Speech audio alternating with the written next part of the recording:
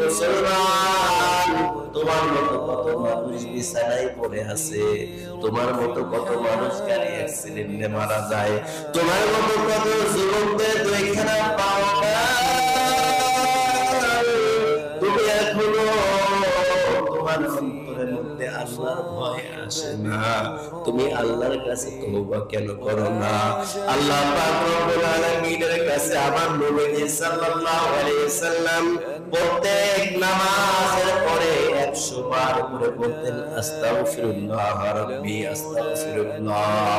মুসলমানরা ইমানদাররা যাদের জাহান্নামের ভয় আছে কলিজার মধ্যে, বেশি বেশি করে আস্তাগফিরুল্লাহ পড়া যে আল্লাহ আমাকে তুমি মাফ করে দাও।